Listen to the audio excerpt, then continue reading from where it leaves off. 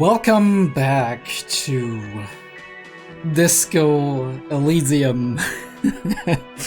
welcome back, everybody. It has been way too long. I think it's been January since I last played Disco Elysium. I am very sorry that I've ignored this game for so long, but I've had a lot on my plate. You've seen like a lot has been going on my channel over this course of time, and I do hope that all of you are doing well. I hope that everybody's doing fine. Me personally, I wanted to pick Disco Elysium up ever since I stopped it, or like put a break on it in January, I think, or February. I think it was February. But I wanted to make sure that I was able to record more sessions down the line and don't provide you with like one session and then I'll disappear again and do other stuff. So at the moment it's still very tight and I don't know what I can record, but I set my ass down today and despite possibly having to record a Vinland and a girl's last tour and whatever, right? I set my ass down and was like, okay, you're gonna record Disco Elysium right now. You're gonna record a couple of hours, and then we're gonna get it out, right? And next week there's gonna be Vinland, there's gonna be ReZero, there's gonna be a couple of things, and we're gonna get back into the groove, obviously, because those are out of the way then, and then Disco can continue to be something more continuous. Well, a lot of continue in that sentence, but yeah, it can be something a little bit more continuous for all of you, because I really enjoy this game. I've sat myself down and actually looked at our menu, and on the menu for today, we do actually have a couple of tasks that we could look into. I think the main thing is that we need to call back for the number on the victim, right? That we radioed into the police station and got checked. That was yesterday, and today there should be news of that. And the second thing is there's possibly like a whole new area of the map opening up, because we have the waterlock that should be repaired at this point in time. So hopefully that is one thing that we can do, because like we got a bunch of this might take some time down here. And then we have a couple of things like the traffic jam man, which I still want to get, but I'm like hesitant to actually ruin my quote-unquote relationship with our really chill lorry driver dude. But to be honest, sometimes you just gotta crack a few eggs. Sometimes we're not here to make friends, we're here to solve a murder case, so maybe that is what we should be doing. Well, let's get into it. It's very interesting how a virtual relationship with like some character that you really seem sympathetic towards, right, that you feel like vibing with, can influence and make you influence you and make you hesitate so much in going forward with a story. It's really great, our ability to actually role play things, right, and to put ourselves into the shoes of whatever it is that we are playing at this point in time. This is one of the things that I really love about video games. But yeah, we talked to our like buddy over here, I think. Again? I can't believe this shit. Yeah, I think we got everything exhausted over here. So the best thing we can do is probably get on with it, kind of. Oh, hello, dear. There you are again. Yeah, I mean, we can hear a little bit more about cryptics at some other time. Buddy, did you have anything to say?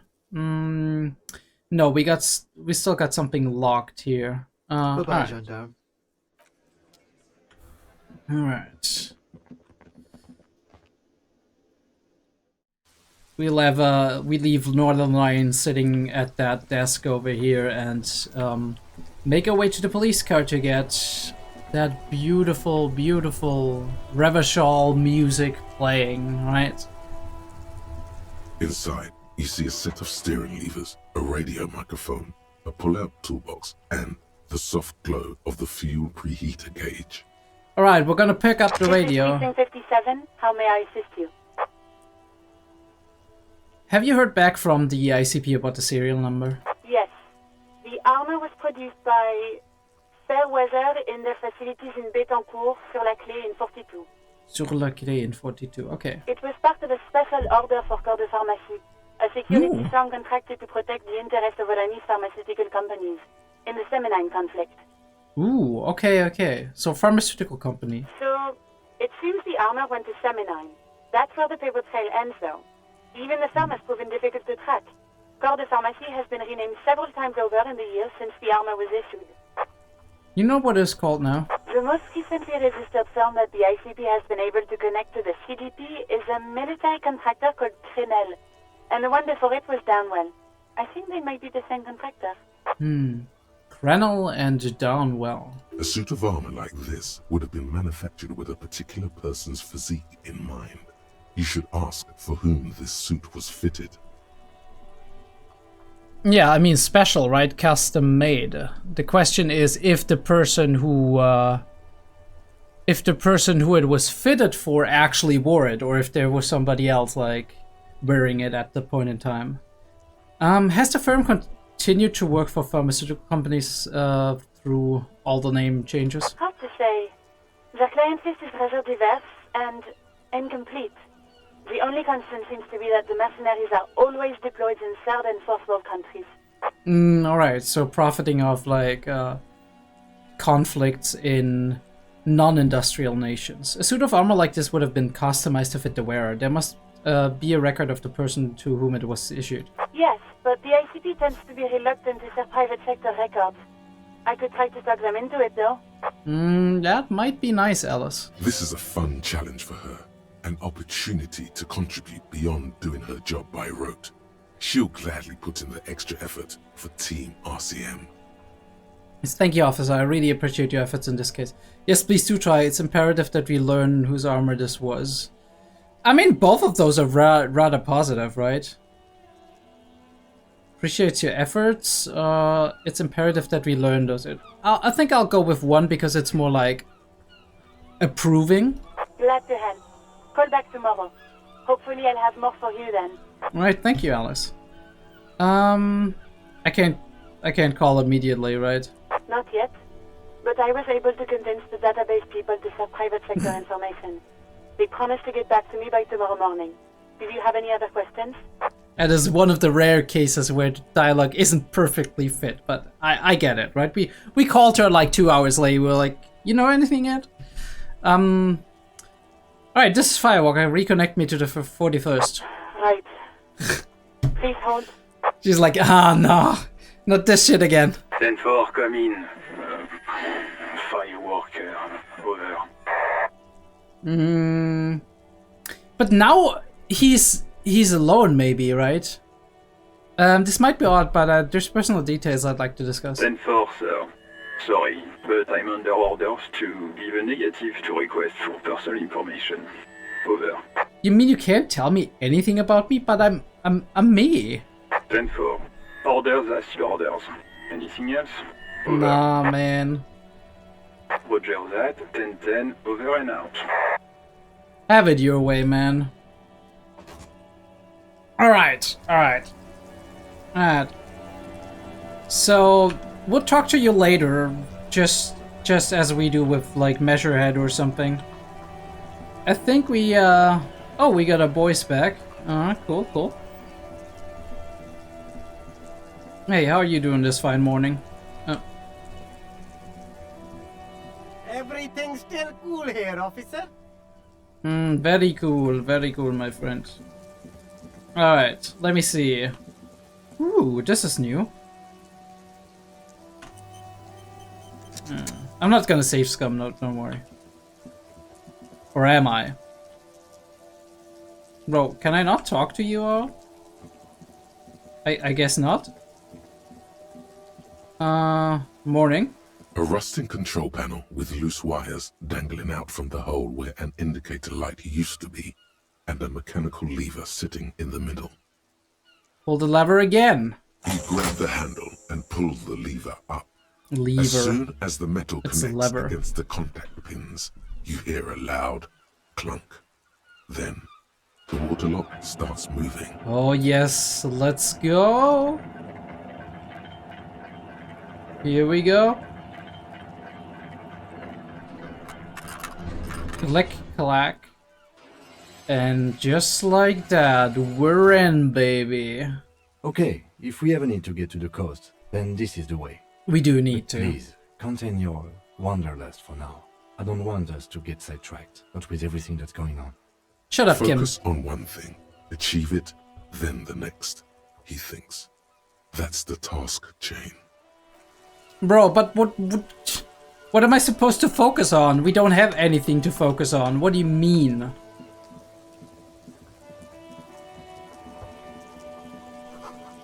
The radio relay hums with electricity. Oh, I love it when they buzz. Alright, what is that? Come on, let's check that out. Come on. Oh, got some magnesium. Traffic beyond the gate, more abandoned motor lorries. Can I not do anything here? The sign says no entry. Someone scribbled an inverted star on it. What the hell?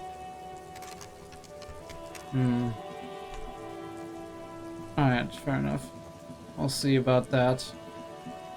There's no lock and key that has kept me so far, Kim. And this one won't either.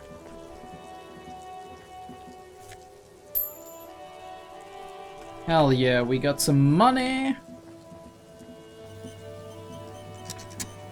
Alright, time for the other side of the river. At decades-old concrete defenses, children play on them now. A breaker box power the radio pylon above you. Maybe there's something inside. Oh, even more money. Right, let's see. Tim got nothing to say. I thought he had something to say. A creaking ahead, a broken axle grinding. Also, what is this? Like, there's just like, footprints.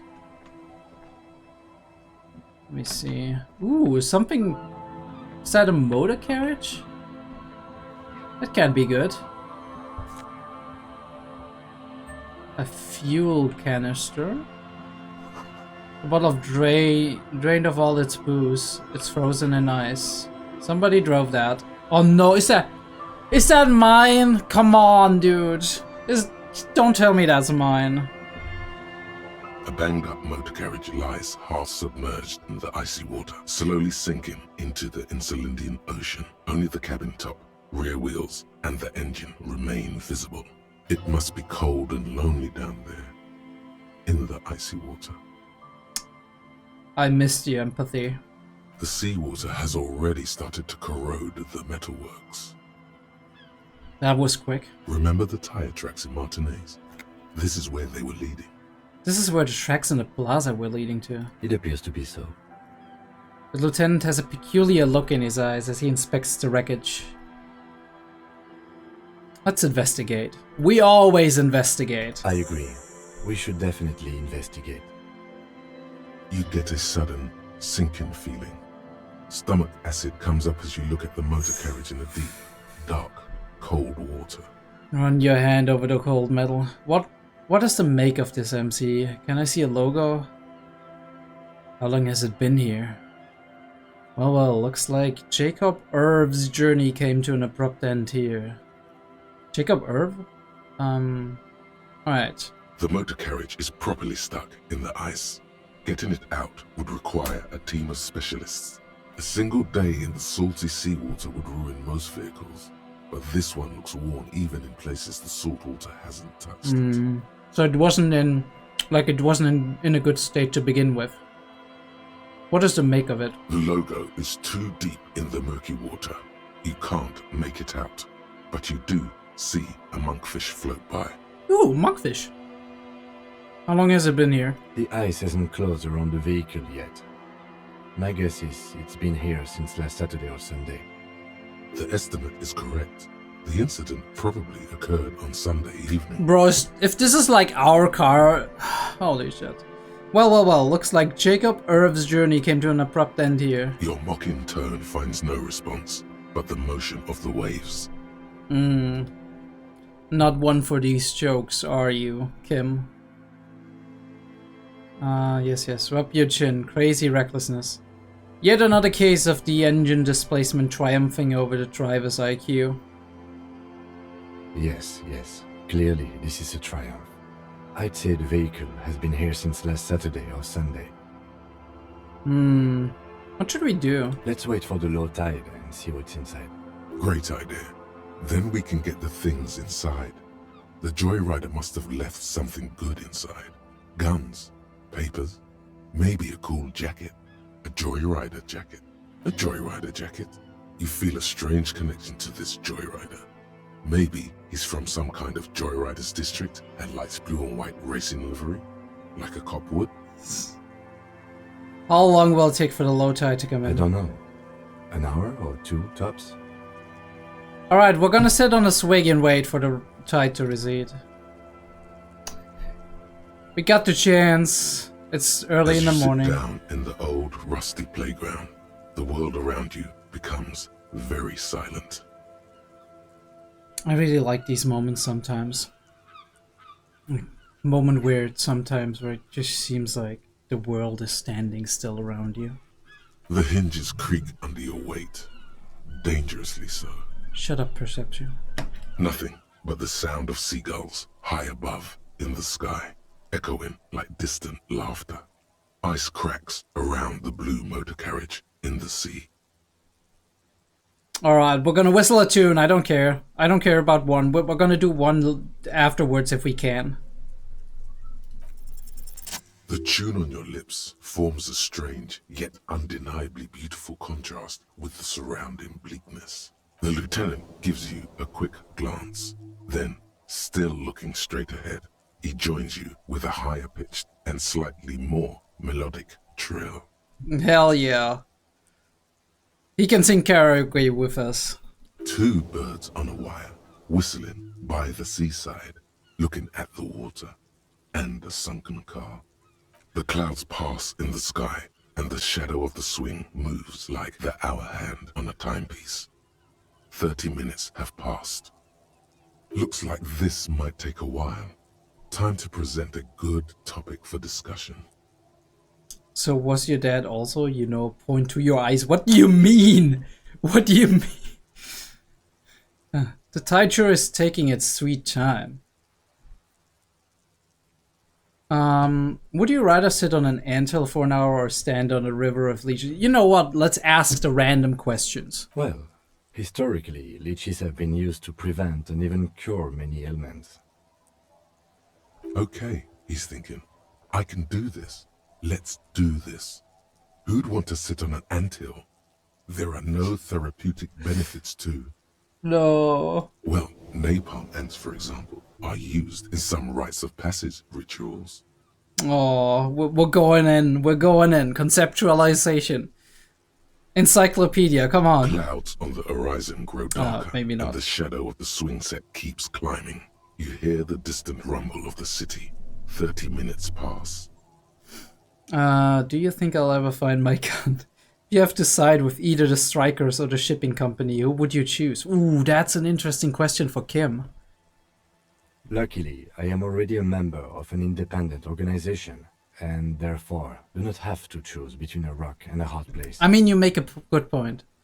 But if someone puts a gun to you, I guess that's just a way of saying you side with the company. I understand you're saying you're siding with the union. I mean, he's not siding with either, right? Is what he's saying. Because he wants to investigate. Your voice echoes on the water, strange and out of place in the environment. 30 more minutes pass. Yeah, Sensei, is that a number on the side? No, can you make out the mark now? Detective, I've been able to make out the mark ever since we arrived. I find it odd that you haven't. It's a Coupri, Model 40. His eyes turn to you. Are we just coping? Yes. Why haven't you? It is a simple and rugged machine, favored by working men, government offices, firefighters, animal control people. You know, those kinds of people. Those kinds of people. Is that a number on the side? Yes, 41. What do you think it stands for? The 41st precinct. It's as if he knows what it stands for, but wants you to say it. It's pedagogical. Of course it's pedagogical. Does he know something about the driver of this vehicle? 41 is his rank in the underground street racing hierarchy. Rub your chin, small fish this one. We gotta go full cope? Are we gonna go full cope? 41, the street racer is quite the ladies, man. What? What? I don't get this one. This must be Tommy 41, the morning host of FM 41. Looks like the factory made a mistake and accidentally called this one Capri 41. Stupid factory. I hate guessing. District something, a precinct, something municipal. Oh god, no. No, we're going full cope, okay?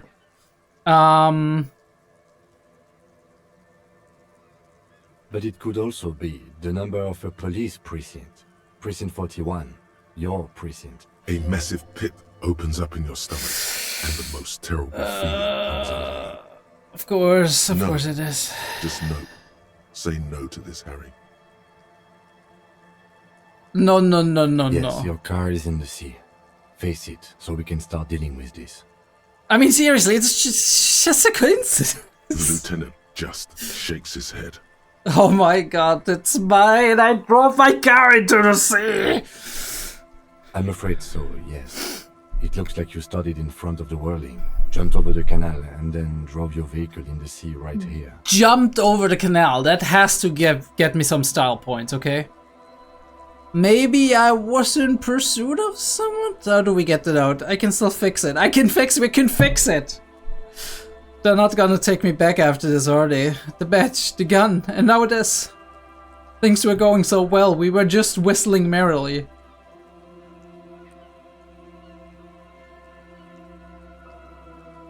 Maybe I was in pursuit of someone? Of whom? I don't think so. If anything, you were probably drunk. I can still fix it. That is very unlikely. All the electrics are toast. That goes for the electromagnetic steering and brake systems as well. Oh, Kim, don't kill me. You'd be lucky to find one undamaged component in there. In a few months, there will be nothing but rust left of this vehicle. It'll be cheaper to buy a new one. Well, not cheaper. This motor carriage costs 40,000 real. But in the long run, it still makes more sense to buy a new machine than try to refurbish this. I don't have that kind of money. I couldn't even pay hostel bill. Let's face it, this is a substantial loss to your district's budget. I mean, my station only has 4 other vehicles in addition to my kinema. This was 20% of the station's vehicular budget. 20%. They're gonna take me back after this. They're not gonna... Things were going so well, we were just whistling merrily. You can still whistle. Besides, the night is always darkest before the dawn. Alright, you know what, Kim? You're right. You're right. Do we want to get it out? Detective, we don't. A rescue operation really isn't viable at this point. The badge, the gun, and now this. The lieutenant adjusts his glasses and doesn't say anything. There is also a 4th thing you've lost. I don't want to hear about that. No, a 4th thing. What is it, brain? More precious than the gun, the badge, and the motor carriage combined. Lost forever into the deepest of seas.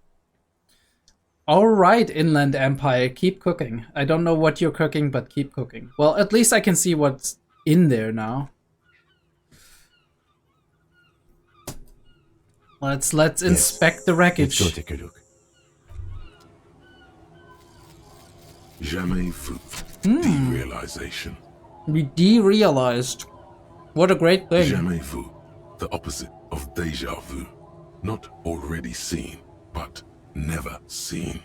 Everything love that the should art. be familiar appears strange and new, like some Yeah. half-forgotten day in your childhood. Only now. That's the feeling you've been having. And for who knows how long. You should go and ask Joyce Messier Ooh. about this. What world are we in? This is a fundamental question. Okay.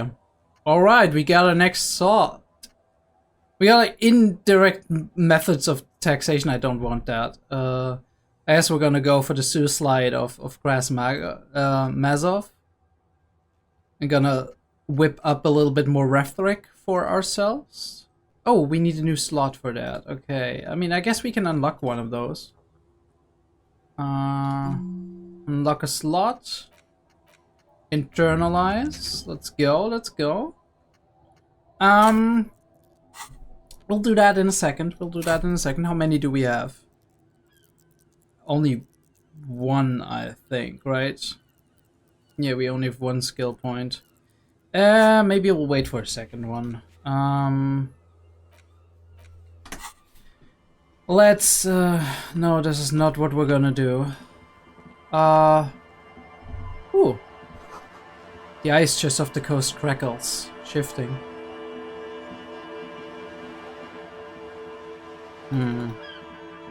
Cool. Let's look into the kinema. RCM badge, Lieutenant to JFR Dubois. Use interact button in inventory to inspect the item. Alright, RCM commander's jacket. Holy shit, a commander's jacket? What the hell, my dude? How far have we fallen? How far have we fallen? Esprit de Corps and Visual Calculus. That's a lot better than Esprit de Corps and Shivers for me. Let's keep that for now. Got like a banged up fuel canister? Can we inspect that? No. A dented stainless steel canister for transporting and storing heavy fuel oil. A logo on its side has been partially stripped over years of use. The government issued red-dyed fuel oil inside looks like paint, though it smells much, much worse. Alright, and we do have the interaction. Holy shit, look how young we look on this. Look how great we look. Thick blue piece of acrylic, covering a thin leaf of paper with the officer's name and rank on it. Next to the writing, you see a man stare back at you. A younger version of you, already disintegrating inside, but still presentable to the outside. Unlike what we see today. Interact with Police it. badge on which you see the photo of a man. You. Some seaweed is stuck to the back. I found my badge. At least something good came out of all this. Mm-hmm. We can talk to Joyce now. The lieutenant glances at the badge in your hands. Study the badge. Encased between two durable plastic sheets is a bluish card with lines of information and a watermark in the shape of the street grid of Revachol West. You see a photo, a name, a rank, a document number, the date of issue, and, in the lower right corner, your precinct. Hell yeah! Alright, look at the photo. The man keeps winking at you with his green-grey eyes. The photo is old, no doubt about that. Yeah, hell yeah, it's old. Look at how young he looked on there. But the badge is new.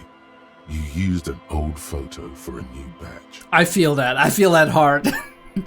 Like, I don't do photographs very often, so I rarely ever, like, actualize my passport or, like my ID photo.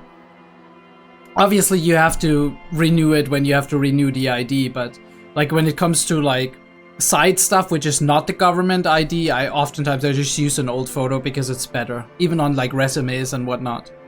There's no difference anyway, at this point in time.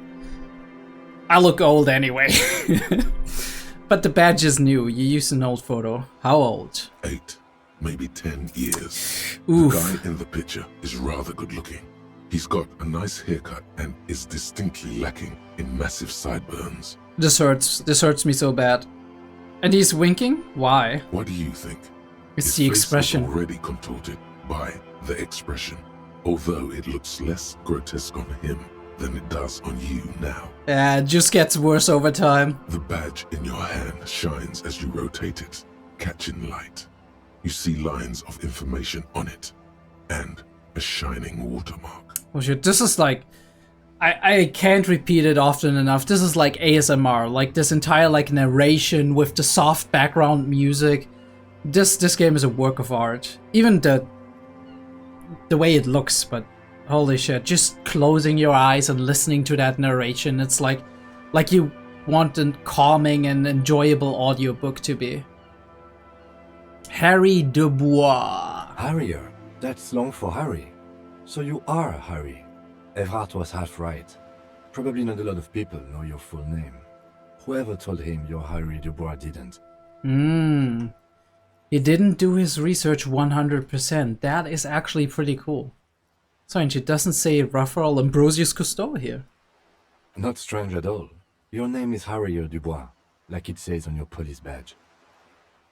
Wait, what kind of name is Harrier? It's a wartime name. Revolutionary. The kind mothers give their sons during troubled times, like Undying or Boxer or Ironhide. But what does Harrier mean specifically? A name like armor. A name like armor. And that gave us morale, that's cool. I mean, we already had enough, but I don't want to be Harrier Dubois, don't accept it. No, Harry Dubois it is. Let's to go. make your acquaintance, Harrier Dubois.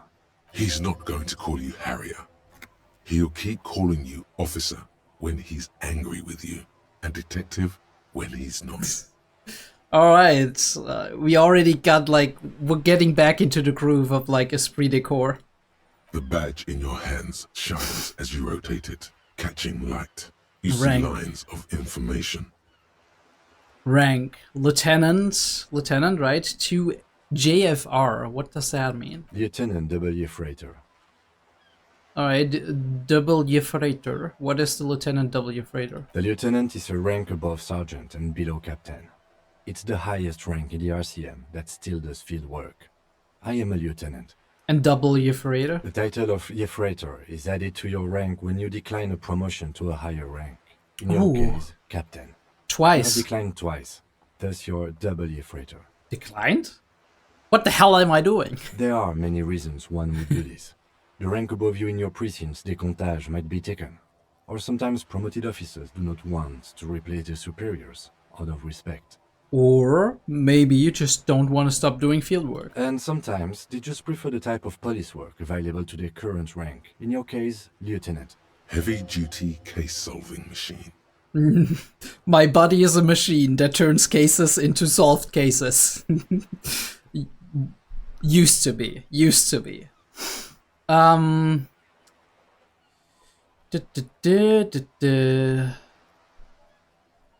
What's a decomptage? Décomptage is the hierarchical system employed by the Revachol Citizens Militia. It means counting down to twos. The countdown is modeled after the dual leadership system employed okay. by the left during the revolution, which in turn was developed by last century experimental psychologists in the University of Königstein. Was it now? Actually, Königstein is a real thing in Germany. It's like, I think, a city or something. The lowest rank is But junior this officer, doesn't have a usually university. teenagers. Then there are the patrol officers, then sergeants, lieutenants, and then a captain. That's basically it, except for a few kings. I'm sorry, kings? I just heard kings. Kim, you need to explain this one to me. Kings like satellite officers and the additionally a freighter rank I already explained. Right. The long and short of it is, you're his superior. Wait, satellite officers? Thank you, authority. You are given the title of satellite officer if your partner is quickly promoted through the ranks and you rise with him. You don't seem to be a satellite. Ooh, like the moon, right? The satellite, okay. And like satellites, obviously, but yeah. So you've been putting up with all my bullshit because I'm your superior? So you've been putting up with me because we're of the same rank? No, I'm not gonna bullshit Kim, right? Technically, I'm his superior. Not really, but also kind of. No, I've been putting up with you because despite an unconventional approach, you are doing good police work. Oh, thank you. I'm fishing for compliments. It matters more than driving your motor carriage into the sea. And now we've even found your badge. He smiles encouragingly. Oh, that's good. Head pats for Harry Dubois. He trusts you, for now. Try not to spoil it. I thought my rank was drunk. Yes, apparently you've had a rather successful career in the past, and this leads me to believe maybe your current situation is only temporary. Thanks, that gives me hope. I'm afraid there are no ex-alcoholics. Oh, come on, don't be so negative. There are ex-alcoholics, but it is hard. It is hard. I acknowledge that. I want to get better. I want to get worse. No, we're not gonna be nihilistic, okay? Good. He says with a quick smile. Turn back to the documents. Such a small yet precious thing. Expensive paper caught between thick plastic, like a fly in amber. It reads. Serial Ref 12 6205 Jam 41. That's just Jam the serial Rock. number. Right. Revachol, Jamrock, Precinct 41, with some numbers thrown in there for good measure. The numbers measure. are not there for good measure. They have an administrative purpose. One that's unfortunately been erased from your memory. Date of issue 7th of November 50. 4 months ago. I'm guessing that's when you were promoted to the rank of Lieutenant W. Freighter.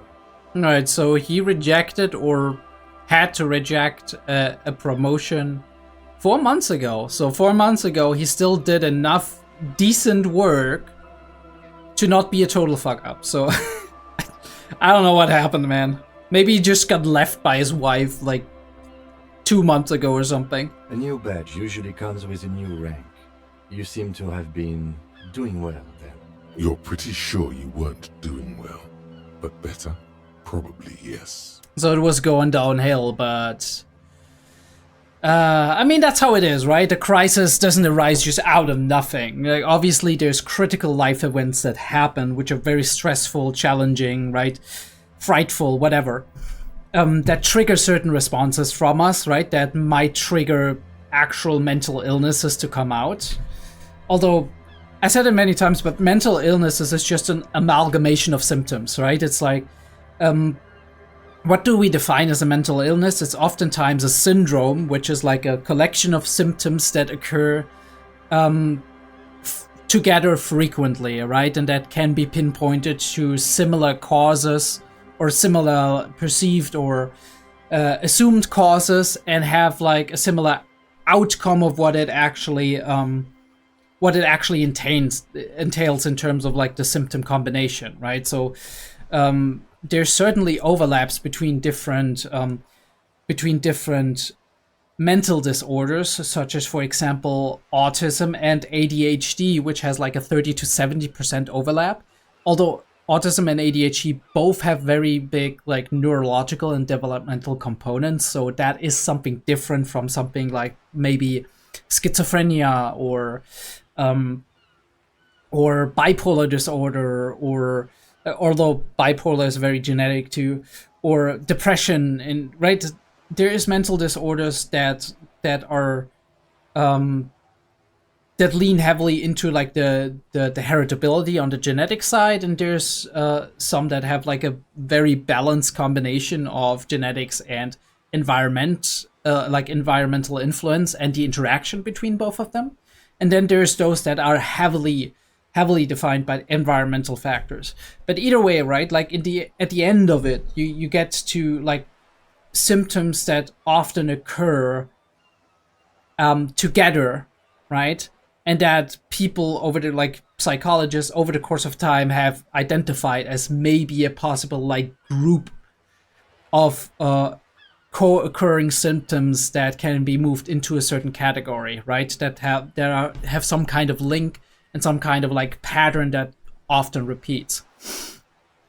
A lot can happen in 4 months, especially in winter. The winters are never easy on you, of that you are sure. Seasonal depression is a bitch, I can tell you that. I hate the winter myself because like no sunlight, super cold. I hate the cold. I heavily prefer warm weather, to be honest. Even though I sleep better probably during colder weather. I mean, the best weather is like autumn and spring, because those are like the best times. You just like have like a good balance between rain and sunshine, and it's not too warm, it's not too cold. Occasionally dips or rises. It's all nice. Precinct 41. Yeah, I mean, I know I'm in Precinct 41, but... Yes, it's the designation of your precinct. 41. Like mine says 57. The 57th is mostly industrial harbor. A lot of asphalt. The 41st is... It's a tough station to work in. You have all of Jamrock to cover. That district should have 3 precincts, but money is what it is. And it's one of the less, like, the less rich quarters, so... It's no wonder you are like you are, he thinks.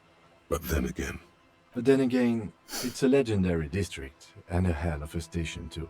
It must be an honor and a curse to work with people like Price, McCoy, Berdiaeva.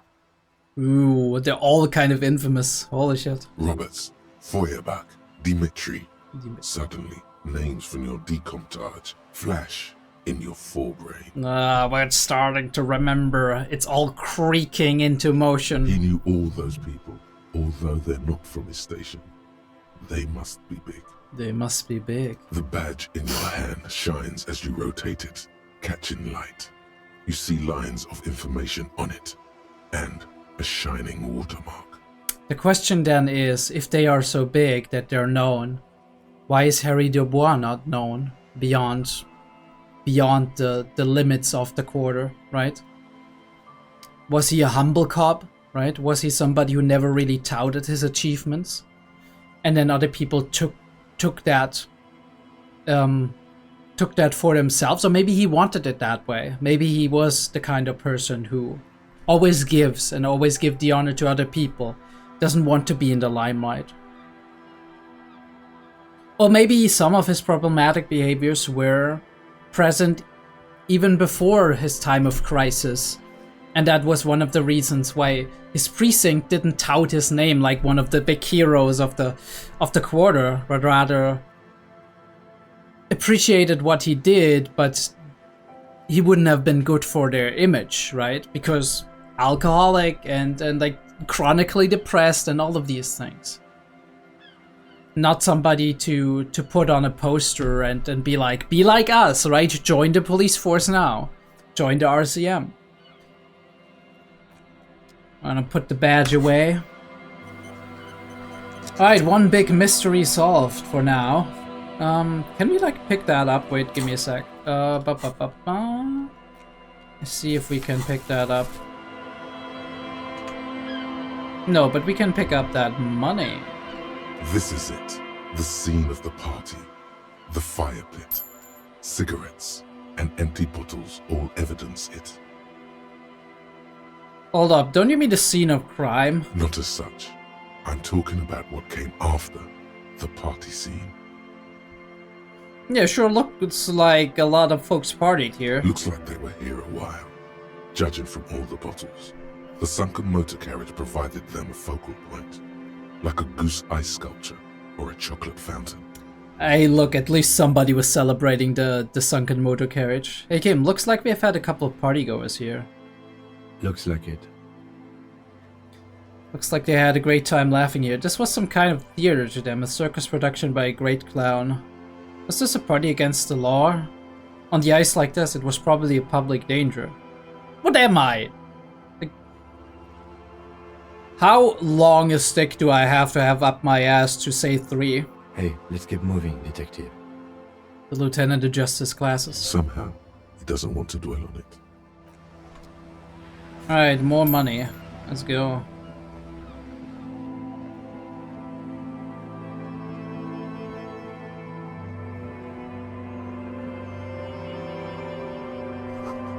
Footprints in the snow, they lead away from the accident. Like, how do they get back after the accident? Underside of the boat has recently been tarred. Somebody working on it, huh? Oh, another boat. Just so much stuff here to discover, technically. Come on. We are going up here. What is that? Can we, like, get in? Someone has left a music collection between the tarpaulin. I don't know how to pronounce that. Come on, come on. I need, like, okay. We gotta go around. I guess we gotta go around. No? Alright. You go even more around. Oh yeah, there's a hole in the... Someone has broken down the fence and barbed wire. Holy shit. I mean, we said it before, right? We are kind of a beast. So I wouldn't put it past us if we did that at some point. In before we get met with like the guy with a shotgun. The swing is missing. No one has been here for a long time. Okay, so what you're saying is I can take everything that's here.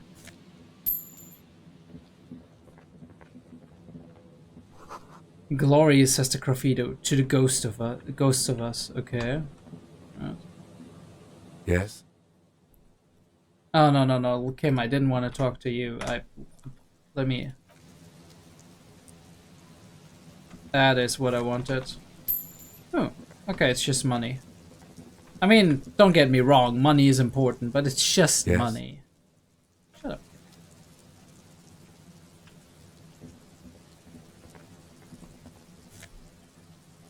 Plastic tear. Alright, more stuff to sell. Smallest church in Sense. Oh, holy shit, use interact. Well, yes, please. This is the thing. Okay, wait. What did you just... You... Birds in the birch tree. Barely audible coos come from above. Ooh. Cute. The tape you found from a shack off the coast. The A-side has smallest church on Saint-Saëns written on it, while the B-side is supposed to contain the instrumental version. Requires a boombox to play. I think we have the boombox, right? Do we have the boombox? Please tell me we have the boombox. Where's the boombox? I think we had the boombox. Didn't we have the boombox?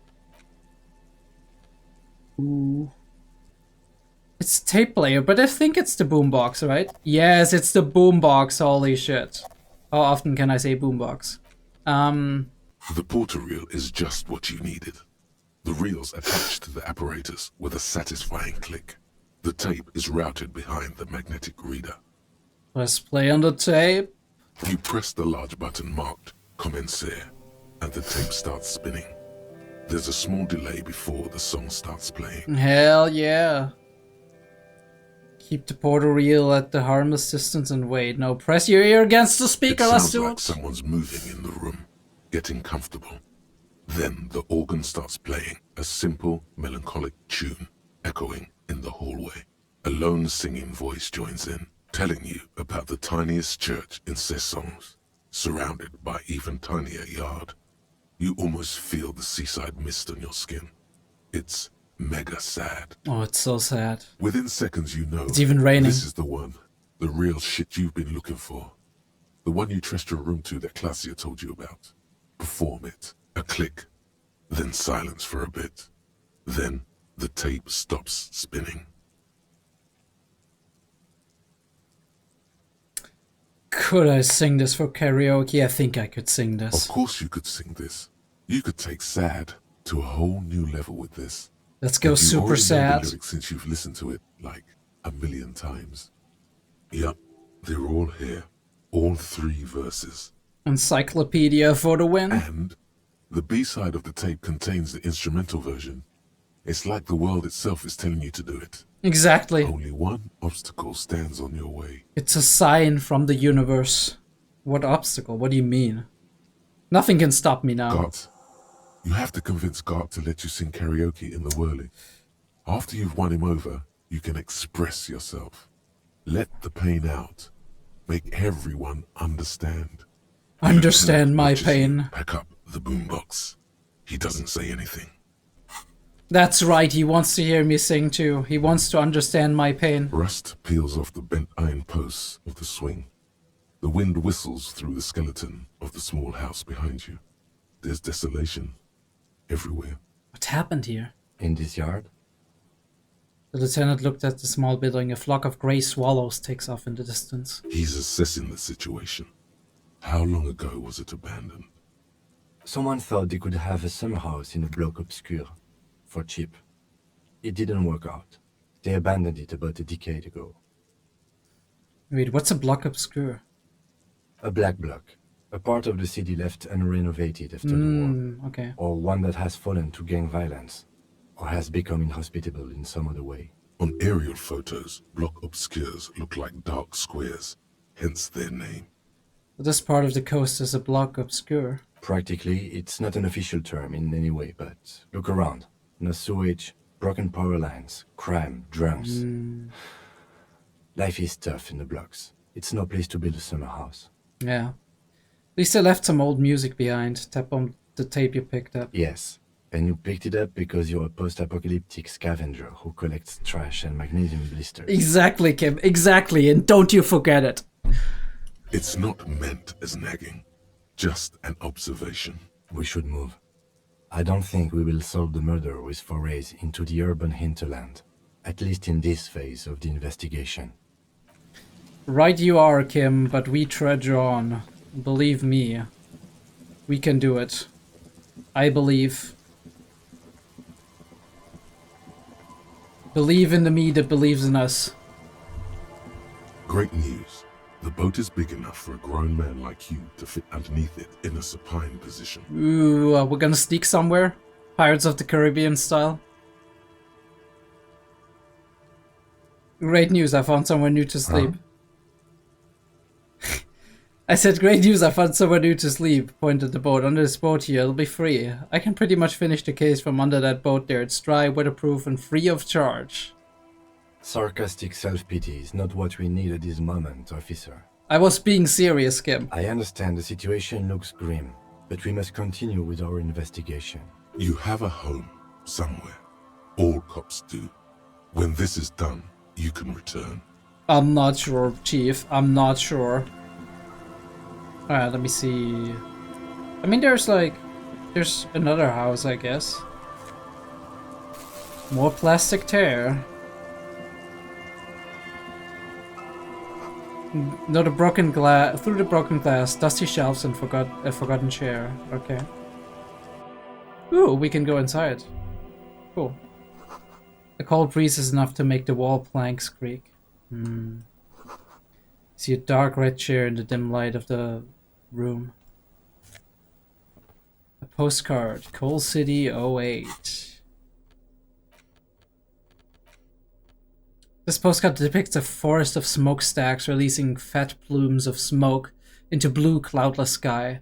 The tinge of age, the color of old teeth, gives it a sickly look. Written on the back is a single sentence, repeated twice. I got out. I got out. No address. No addressee. A bow knot. Oh. Fancy, fancy. Where would we... Oh yeah. Instead of the necktie? And the necktie has Inland Empire, while this one has drama. Do we abandon the necktie? Is that what we're doing? I think we take a morale hit if we abandon it, right? Or something. I don't remember. Alright, boys. Other way, I guess.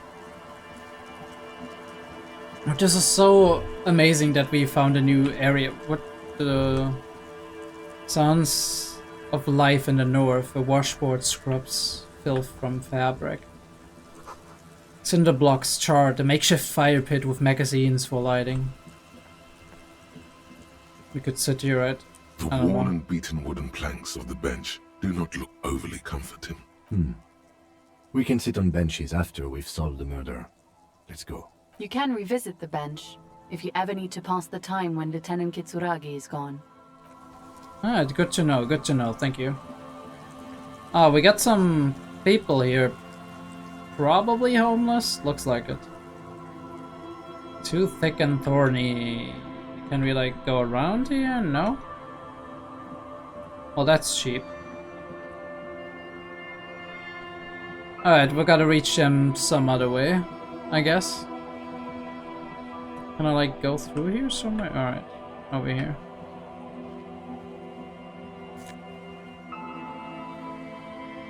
+1 to Kingdom of Conscience. Intersolitary trousers, okay. What the? Tailored trousers in light brown, moderate in every aspect. They're absolutely unremarkable. In other words, perfect. Right, I don't need electrochemistry that much. These are some wonderfully regular pants. Not too tight, not too loose, moderate in every sense. You'll blend right in at some pleasant dinner party. Oops, it's a fashion faux pas. Discard the thought in the pants. Let's hope no one saw you wearing those outrageously regular, almost moralist pants. That's right. That's right. We're gonna wear the proper pants. Actually, I actually discarded them. Holy shit. This is funny. Alright, I actually discarded them. I can't even pick them back up. Holy hell.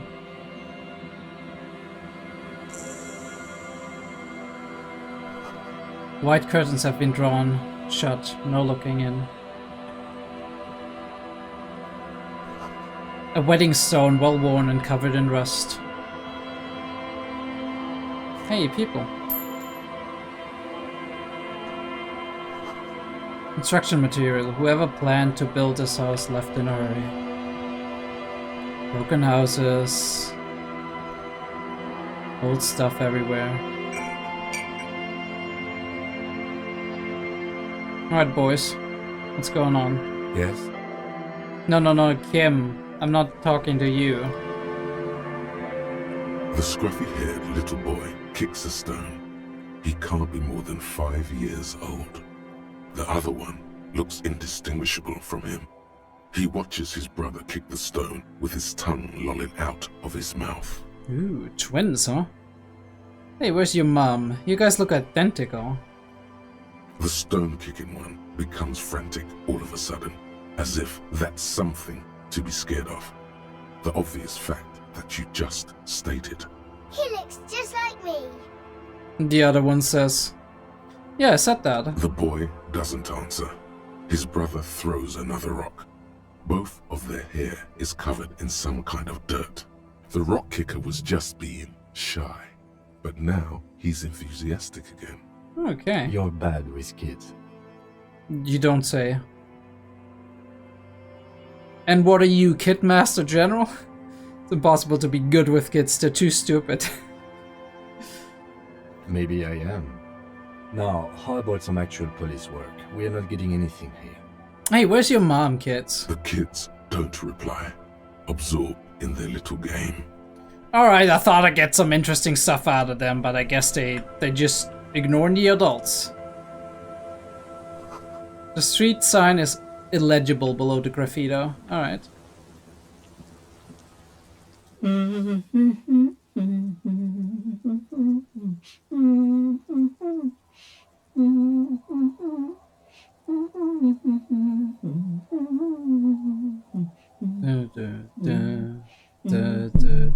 Yes, I know this one. The woman next to a bucket of clothes hums an odd melody. Her eyes are closed. You're not sure about the melody, but it might be South Samaran, possibly Sigayan, also known as the apricot suzerainty. Okay. Welcome to the fishing village. Please lean in closer. I have cataracts. Wait, what are cataracts? Then how does she know you're here? Ooh, yeah, the thing in the with the eyes. I'm not a I'm not a doctor. If you can't see, then how did you know I was here? I still have a golden ear. Come. Am I gonna regret this? Oh, welcome, police officer. We don't cause any trouble around here. And we don't want any trouble either. Wait, how does she know I'm a police officer? We are not here to cause any trouble, madame. We're cops, we don't cause trouble, we take care of trouble.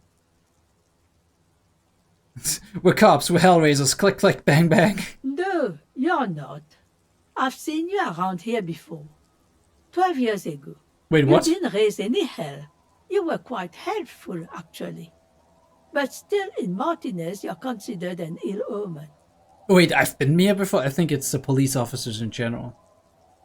No, Not you personally. I meant the RCM. Some of the men got into a fight. One of them killed another. Locked himself in that woodshed over there. She points to the building behind her. He was brooding, needed some help opening the door. You got it open for him and took him to think about what he'd done in a more secluded place. Somewhere more quiet. A prison. She says it as if he was on some kind of spiritual retreat. Yeah, very, very nicely said. What kind of ill omen are we talking about? Oh, the usual. Dark tidings. Black hound. That's you, all right. A black hound licking your own heels.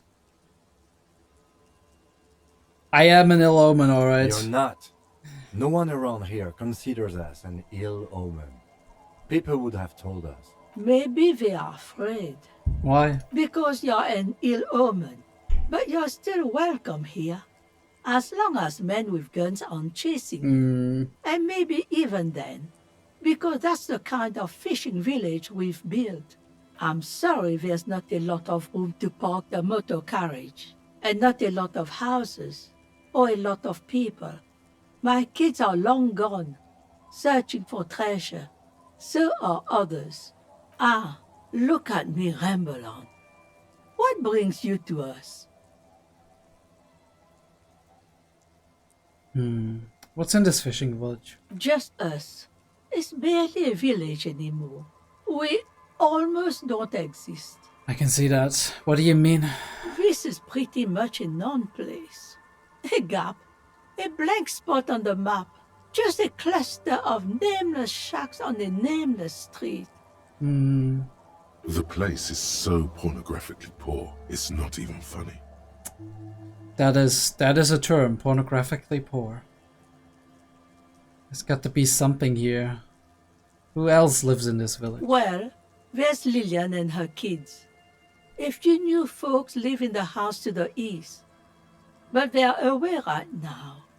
And then there's the drunks. Not a pretty sight, but there's little we can do about it. Home is home, even for them. Ooh, what drunks? Sooner or later, you'll see for yourself. Ooh, it could be Not how the to husband of, belong like, to the find these lady. guys. There's got to be something here, tell me. Over there, you can find more of the same. Shacks and trees growing wild. That's the pox. Pox?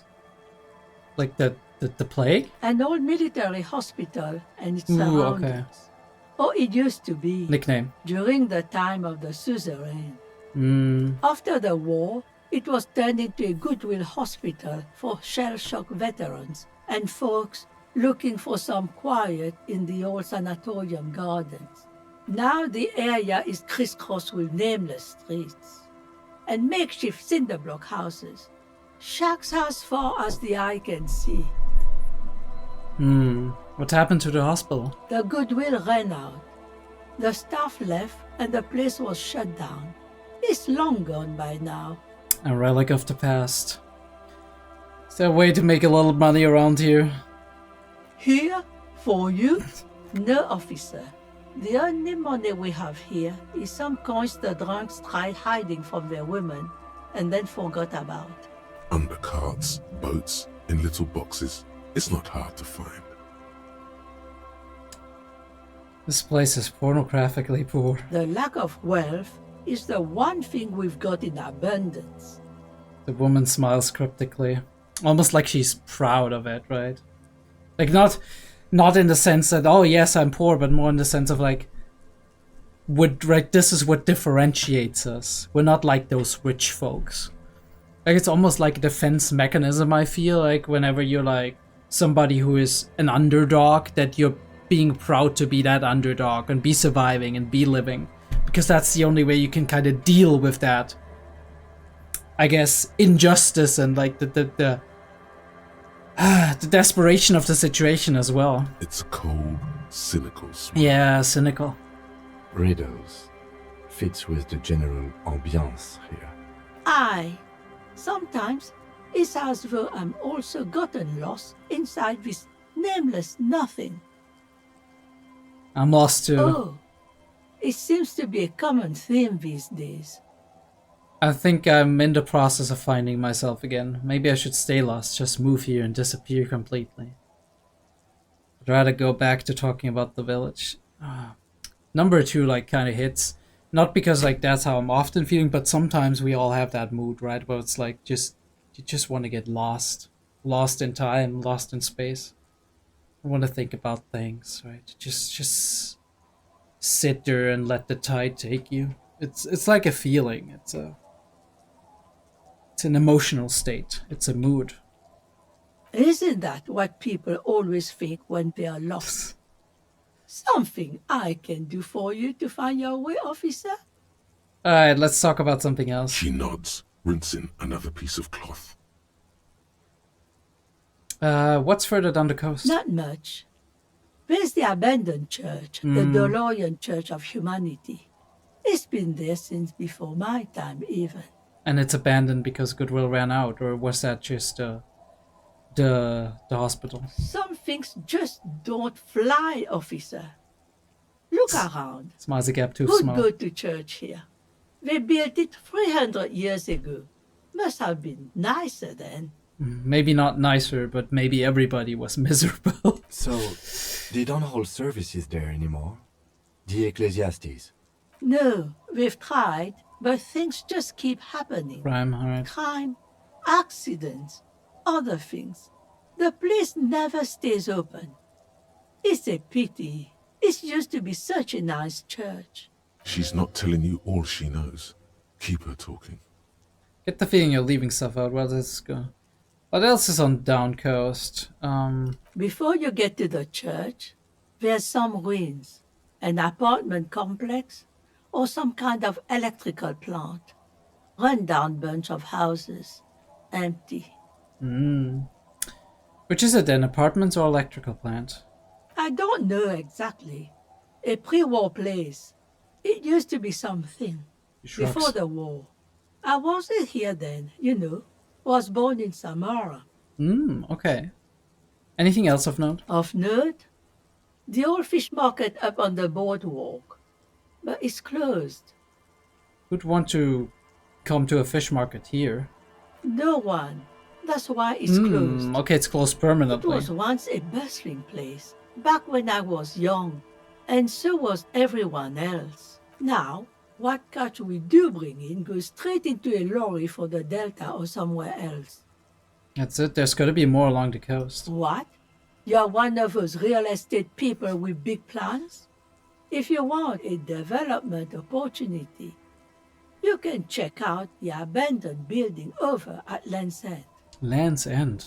Used to be a supply depot, we think, sending goods and ammo across the bay. It's jammed shut though. We tried to get in, see if there was anything to sell or scavenge, but it's impossible. We might be able with some tools. And now you know everything there is to know about this coast. She drops a bar of soap into the bucket with a splash. Tell me about yourself.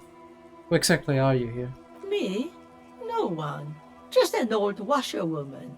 Mother called me Isabel, if that's what you're asking. And my married name is Sadie. Sadie. Now it's your turn, Mr. Lieutenant W. Ferry Harry de Boer. My name is Raphael Ambrosius Cousteau. No, we're gonna name our name. Quite a handle you got there. So many titles. One of them double. Where could someone stay around here? I'm still looking for a place to sleep. Stay? Most people here are trying to leave. That said, if lodgings is what you're looking for, I've got a free room in the shack. Soapy thumb points to the building behind her. How much is it? I won't charge you for it. Take it as a gesture of goodwill from the village to the RCM. Wait, you're just giving it to me? My capitalist brain can't compute. I'm not sure it's appropriate for the RCM to accept free accommodations. There's this guy, a guard, who makes me give him money every night just so I don't die out in the cold. That's exactly how they get ya. That's why we built our own cinder block houses on the seaside. so we don't have to give money to those crooks. We might not look like much, but they are ours. Wait, why isn't anyone using the room? My kids grew up and left like they do. Like The they do? house is long empty now. I live in the small side attachment. It's easier and cheaper to keep warm.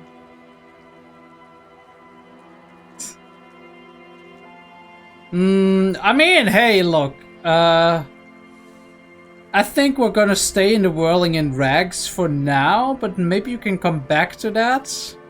Like, I don't know if we're giving up on, like, the whirling in rags if we agree to this.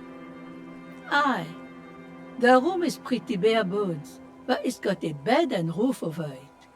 That's more than some folks have around here. It would help me stay in touch with the proletariat. This could be the first chapter of my Rex to Riches memoir. This is real Ravisholian hospitality that guard must be half characters. Holy shit, we're not gonna turn into a racist, okay? Unfortunate that the incremental development hasn't elevated this neighborhood yet. I see potential here. I don't need much, this sounds just fine. An uncomplicated man. I take it that means you're interested. But I can't, like, just impose on you. Suit yourself. But should you ever need shelter, remember old Isabel and her shack by the sea. That's great that we actually have, like... that opportunity, and she's just offering. It's insane how some people, like some people are just incredibly generous despite not having much themselves. And maybe it is that, right? Like, sometimes, like, you see people who grew up poor and become rich and then they suddenly turn into assholes, right? Maybe just because they don't know what to do with all that power, with all that... everything that's around, right? Everything that they never had.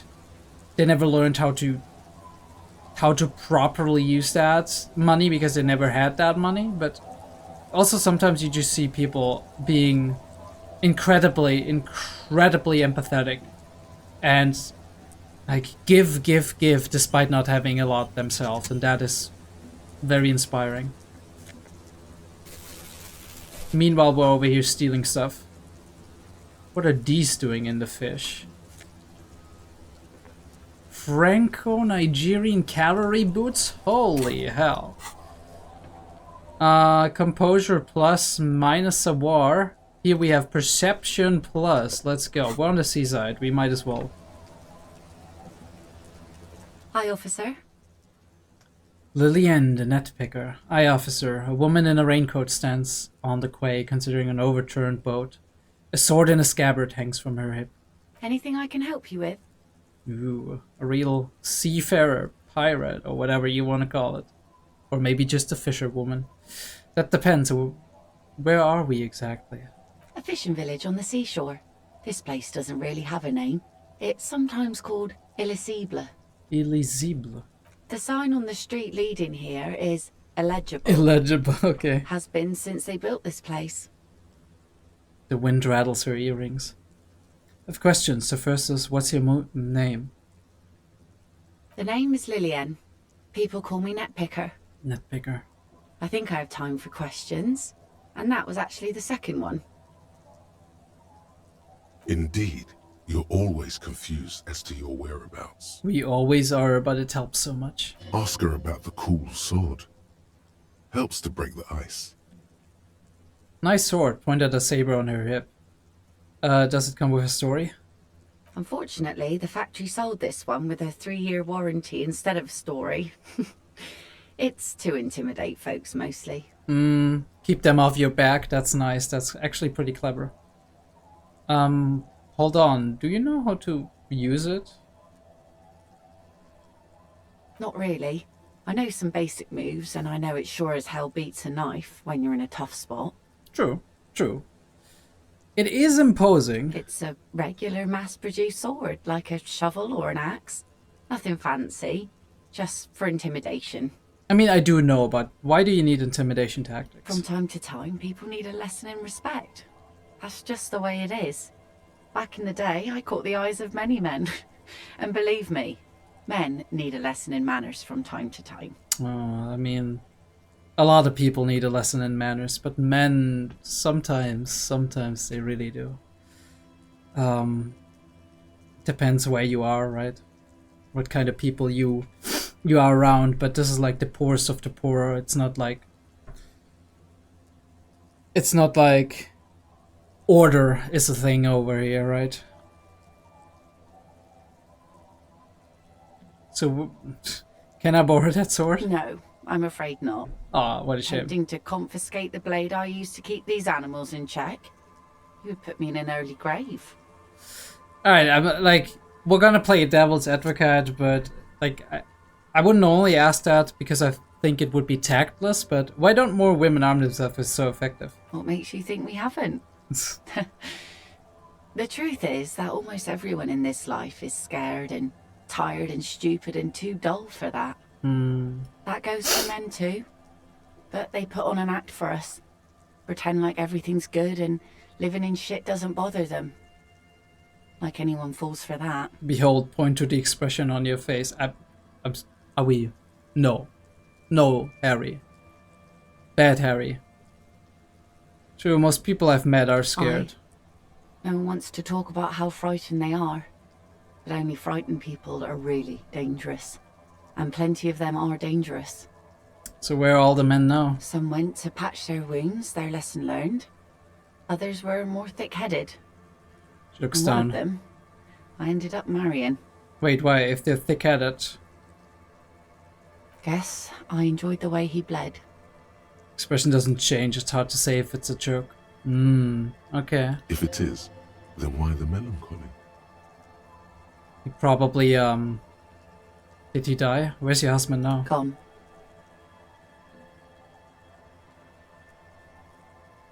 He disappeared? Sounds like a missing persons case. No. We're gonna ask. To the waves. The sea took him. Ooh.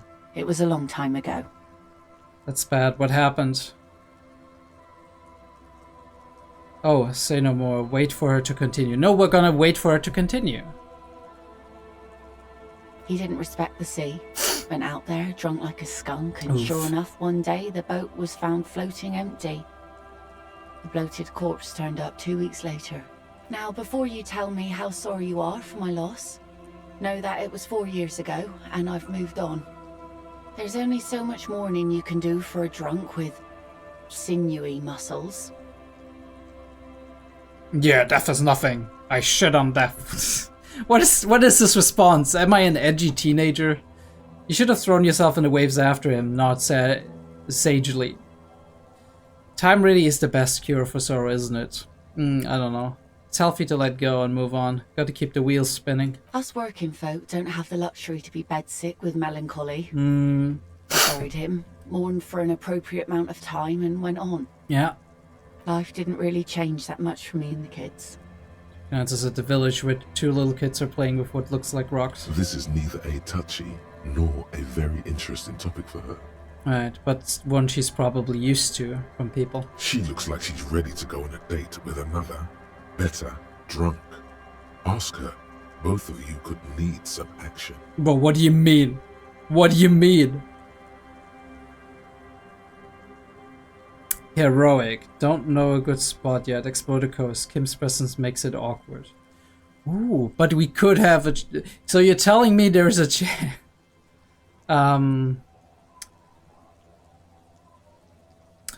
What do you do around here? I mean, we already asked part of it, I think. Like I said, fish mostly. Sail the waves, take care of the kids, pick nets. Right now I'm tarring a little skiff. Is that enough to make a living? Sometimes I also walk to the beach to see what the sea has given up. The sea is full of surprises. I said no. Keep it professional, man. Don't make it sound like you're hitting on her. I thought the sea brought any in anything particularly interesting. Walking on the beach sounds quite romantic. Alright, I think I get it. Let me ask you something else. Interesting. What have you found? Wood, pieces of glass. Every once in a while we see dead bodies. Human, animal, fish, other odd sea creatures. A mine washed ashore once. A mine? Bottles, drugs also. Lost cargo in general. Most of the time it's just wood and glass. All right. Major choice moment. You only get to ask one thing. It would be weird to say them all. Choose wisely. I need to know about those human bodies. A mine? The RCM could use a mine. Where is it? It's like police could use a mine. Drugs, I need info on this. Major narc. Point to yourself. This place looks bad. Why don't you leave? I mean, all of these things are interesting, but I do feel like it's very interesting to talk to people and get to know where they're coming from. And go where? The fish are plentiful here and we get enough orders to get by. It's not great, but it's something. Just gotta follow the word. That's where the money sleeps. No. Anywhere with better opportunities. Just somewhere. Close your eyes, away from all the sadness. Understand what you're saying. It could be worse elsewhere. Ooh, that's an interesting, like, not really reverse psychology, but it's like putting something out there and waiting for her to agree or disagree with it. Exactly. I don't mean to complain about my sad pauper life. We do manage all right. We're tough people here. I'm looking for someone. Maybe you can help. Let's see. Who are you looking for? I'm looking for a missing cryptozoologist. I don't think I know what these are. Care to elaborate? Let me just be tactful. Oh no, yeah. People who look for animals, mainstream scientists deny exist. People who look for animals who are hard to find. Aha! Like snowmen. Snowmen, I haven't heard about Two old those. guys have been wandering around here, nose in sand, talking nonsense about snowmen and the like. Wait, the like? Right. Not only snowmen, also green men, Wait, monkey men, monkey burning men. rhinos. You get the picture. Oh, yes. You're getting it. And it is gorgeous. Where did they go? Don't really know. Further down the peninsula, I guess. Alright. I mean, that's where they were heading. Who else are you Points looking for north. besides snowmen? A working class husband, actually. Yeah, I'm not really looking for that anymore. Not much into the middle class ones either. Could do with some landed gentry. Of course you could. But apparently they don't make those anymore. Yeah. Hard to come by. They're only manufactured occasionally. The husband isn't for me. I'm looking for him for his wife. I wish I could help you with that, but I haven't seen your working class husband. Maybe I can help you find someone else. Ooh, this would be perfect for actually this would be perfect for a pickup line. Maybe she's even like implying something here, but might not. She seems genuinely sorry for not being able to help. Alright. Either way, it would make for a great pickup line. That's it, I'm not looking for anybody else right now. Well, how can I assist you then, officer? So I take it that's your skiff? Point at the overturned board. Sure is. The Sun, I call her. Coated with a fresh layer of tar just yesterday. It'll take some time for it to dry, assuming the sunny days continue. Well, looks up at the sky. Well, shit. Sunny days, put your head in the rain. Oh, yeah. Aye. Sunny days. You got a problem with that? No, ma'am. We have no quarrel with sunny days. Good. It would have been bad news had it turned out it wasn't a sunny day. Bad news for the skiff, bad news for the nets, bad news for the kids. There's a moment's silence. She looks at the rain streaming down the yellow belly of the boat. Oh, she's very clever with her words. I do like her. When do you think the boat will be ready? I want to ask you something else. I don't know if it's like tactful to ask that, but I'm gonna do it anyway. In time, when the sea turns and the winds settle, she will be ready. My prediction, it will be at least 2 days. Right. We'll come back for this. Alright?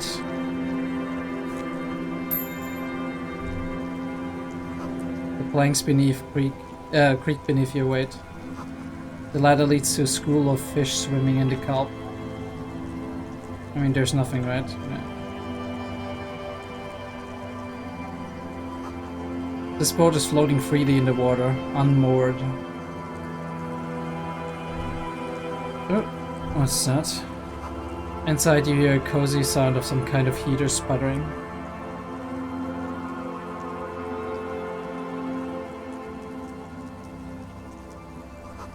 Hard to see the details. The color, all warm and welcoming, are cozy though. We go inside? Ooh. Not closed. Is that a skewer? No. But it's taxidermy. Okay. We're stealing. Industrial coal pallets burn with an orange glow. Who are you? Hello, mister. Little Lily. Young girl, barely 4 or 5 years old, sits on the sofa. She's looking at you with frank curiosity. She clutches a small stuffed animal. Occasionally, she twirls it around. Are you Lillian's daughter? Yes, I am. Little Lily. You know my mom? Yes, we met earlier. That's nice. My mom is great. She's never angry or anything. Are the twins outside your brothers? Of course they are, but I'm asking anyway. Yes. They don't want to play with me. They're older and play outside. Oh, mean brothers, huh? They look the same. Sometimes I can't tell them apart. They look identical, right? I said the same thing. They look identical. Hard words. She slowly processes through it and snickers with laughter. What's this? Show her the stuffed bird you took from the sea. Okay, great. Really, what is this? I just stole it. What's that thing you're holding? Point at her toy. It's Lammy. Lammy. He's my friend. Sort of. Like... She holds the fuzzy beast up to demonstrate. By the way, amazing voice acting. Lambie is a stuffed lamb that, admittedly, has seen better days. One of the eye buttons is missing, and the fur is tattered in several parts. Oh, okay, well, pleased to meet you, Lammy. Lammy usually doesn't like strangers. But you're also fuzzy, like Lammy. So fuzzy. Only kids have that response. It's a grouse. She yelps, smiling broadly. You might be able to get on Gart's good side if you make up for the skewer you broke. Can I have it? I know that someone who really I know someone who really likes stuffed birds. Sure.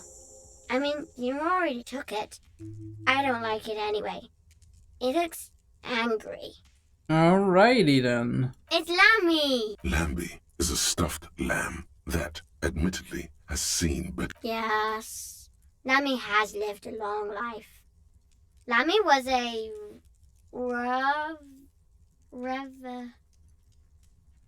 She stumbles on her words. Revolutionary? Revolutionarian? Revisionist? Rebel? No, not rebel. She is Rev.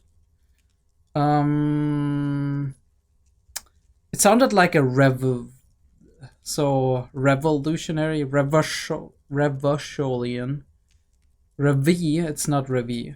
I'm asking... Revolutionary? Yes! Lammy was a revolutionary. Alright. It's Lamb. Lambie is a stuffed... Yes. Very soft. Suddenly she pushes the stuffed animals towards your face. Press your cheek against Lemmy. Isn't he soft?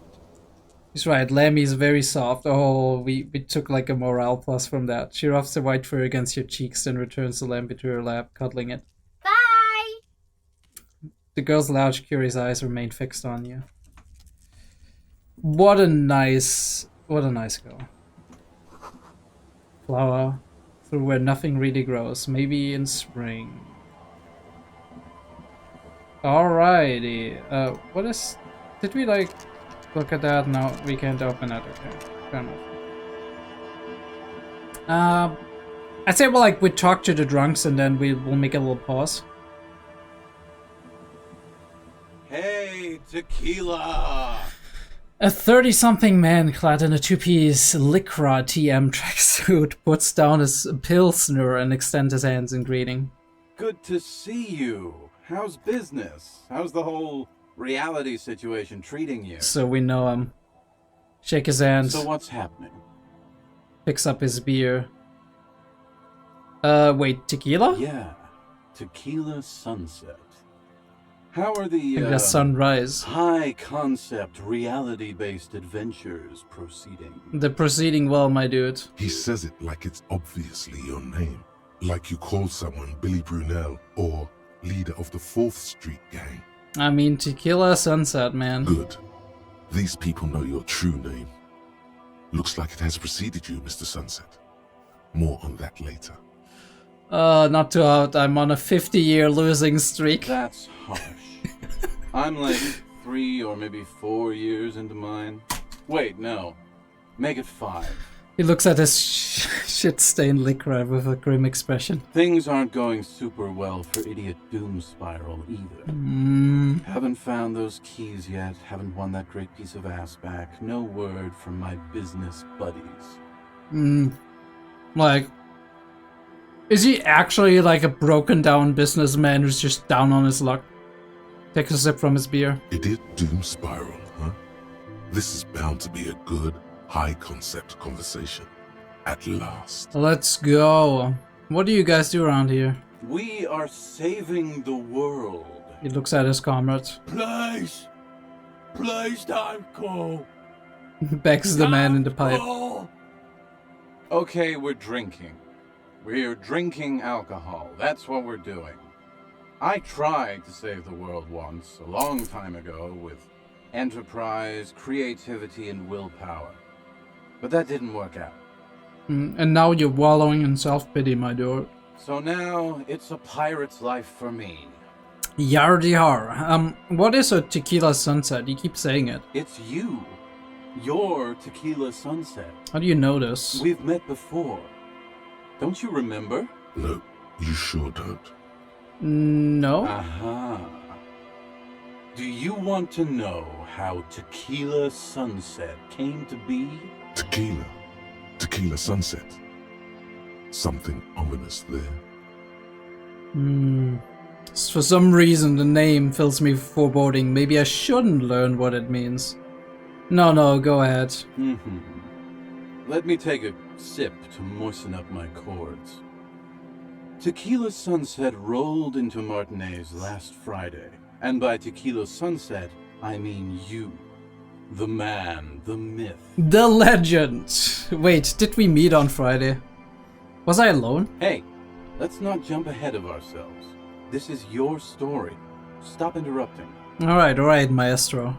Go on. You got here on Friday to solve a case, hoping to be the early bird who gets the worm. And by the worm, I mean the buzz. Because as far as I know, all you did was get piss drunk. I mean, I know as much. Word on the street is you went around the local hostel telling people that you're a police officer, and that it would be really fucked up if you shot yourself in the head right in front of them. That's pretty high concept, if you ask me. Yeah, pretty meta, to be honest. It is. The lieutenant's brow is furrowed. He's listening as casually as he can. Oh yeah, not the first time this comes up. Hey man, I'm not judging. He was This what towards life's you. a valley of woes. Is it? Some of the highest concept people in history have killed themselves.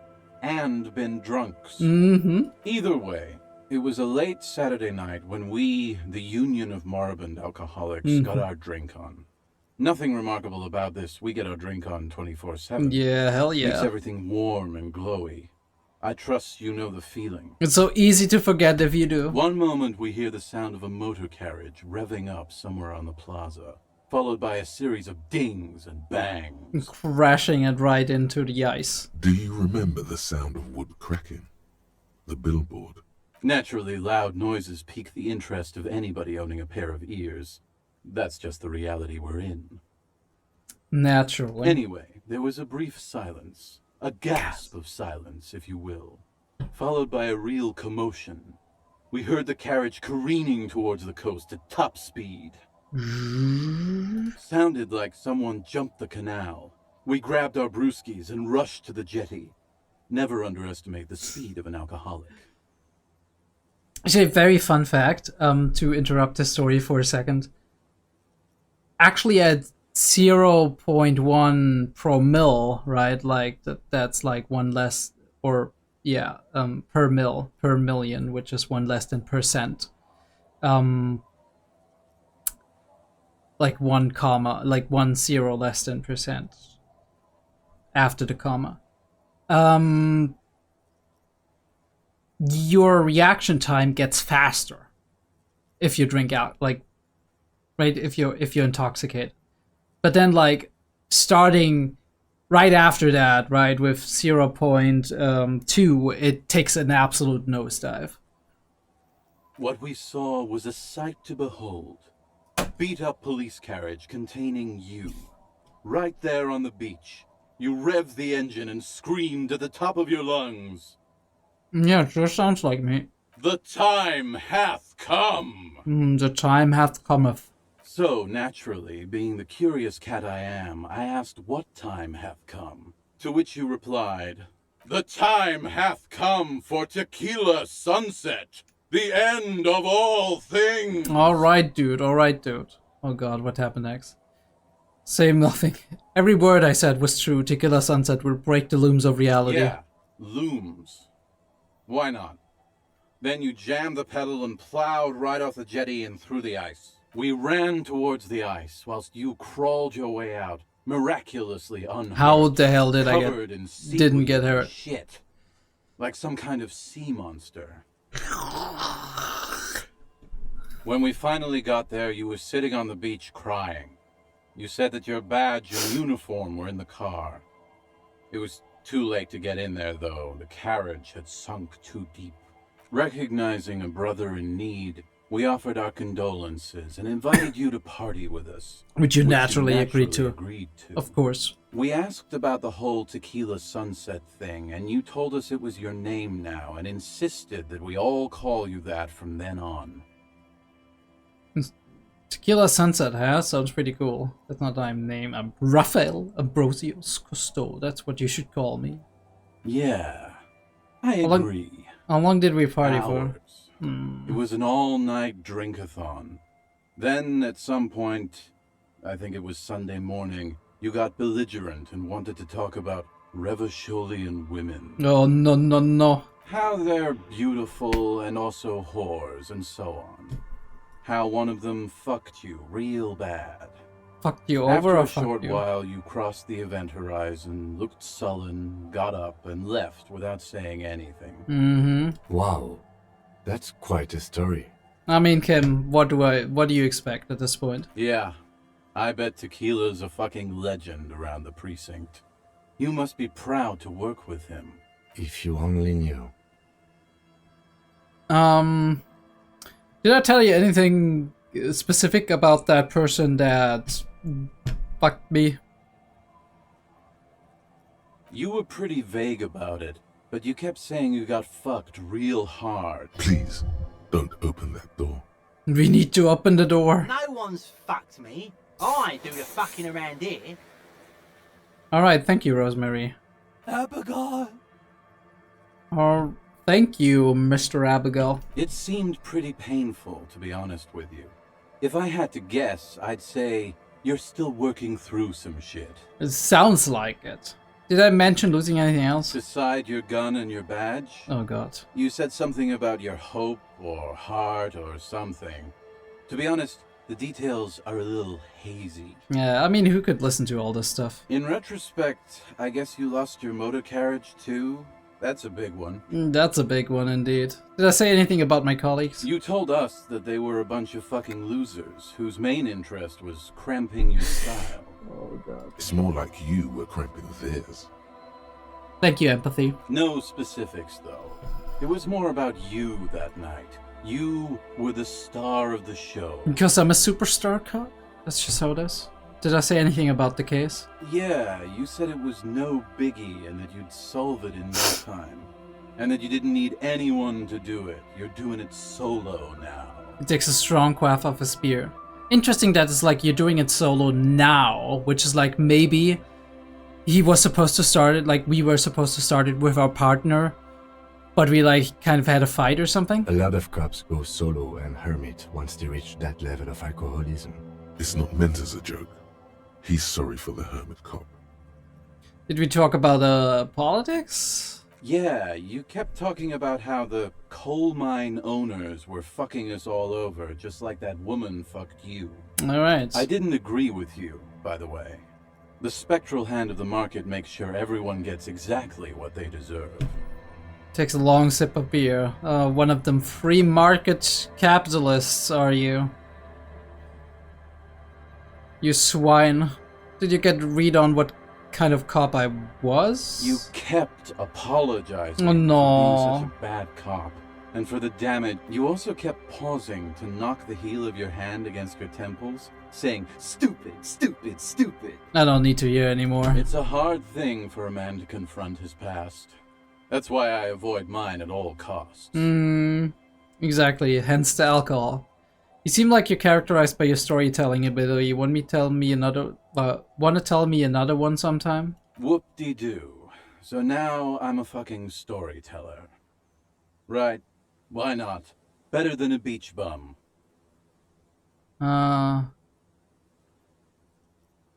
Yes, want to tell me how you became Idiot Doom Spiral? It depends, really. Are you willing to help me out? I'm sure if it doesn't cost me too much. You might get scammed here. I get a feeling that this is going to cost me a lot. Oh no. No, the reality of the situation requires a rather modest contribution. A little motivational package. What do you need? Booze. Did you already forget our party? The thing I relayed to you earlier. So, have you got anything for good old Idiot Doom Spiral? A bottle for a story. Seems fair to me. I got some sweet Commodore Red, but I don't want to give you any of my alcohol. I might have some more use. No, I don't want to give you alcohol because you're an alcoholic, but I guess like that's a you problem. Classy. He snatches the bottle, pushes the cork in through the Hey, bottleneck. Spiral Boy, you gonna share that? One of the other bums interjects. Don't call Abigail! Shut up, guys. I'm telling a story here. Turns to you. Something happened to you. Something happened to me, too. My actual name is George. But around here, you already know. I was once a reasonably high net worth individual. Ooh, where you now? Founder/junior partner at a high concept creative services agency. Ooh, a lot of When my buzzwords. story begins, I had just landed a major contract with an insurance firm. I used the profits from my agency to finance what I called a cultural incubator. Abstract value generation, value per person, high concept stuff. What are you financing? Crypto? I developed the paradigm, worked within the paradigm, but the burden of leadership weighed heavily on me.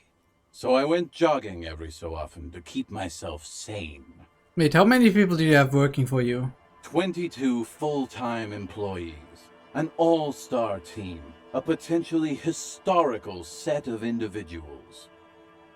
Worrying about them often kept me up well into the morning hours. Did the jogging help? It did. With my trusty Sansarique tracksuit, I felt like I could conquer the world. Oh, yes. But now dreams are worn thin, much like my tracksuit. He says thoughtfully, brushing dust off his shit-stained pants. What happened? One day I left on my evening run. As you may know, it's impossible to clear your head when you're distracted by the sound of keys jangling in your pockets. He shakes the bottle and makes a ringing sound. I don't know that, but okay. His eyes are clouded. His dilated blood vessels encircling his irises like stinging brambles. His eyes are your eyes. Ooh. So I removed the key ring and put the keys for the front gate and the apartment into different pockets to stop the jangling, you see? At least, that was the plan. But I was halfway done with my usual lap when it started to rain. The reality situation became very wet, very quickly. how wet are we talking exactly? Wet, okay? It was raining really hard. It's a trace of derision in his voice. I made my way back home and discovered that I didn't have the key to the front gate. I'd mixed it up with the key to the letterbox. which was useless. Okay, I still don't know how you... Naturally, the situation required me to climb over the gate, which I did. There was no climbing down because I slipped and landed on my ass. Ouch. No, I would have landed on my feet. I've got feline reflexes. No, you don't. Right. Whatever. The point is, reality was looking rather grim just then. Me lying on my ass in a mud pit in the middle of a heavy shower.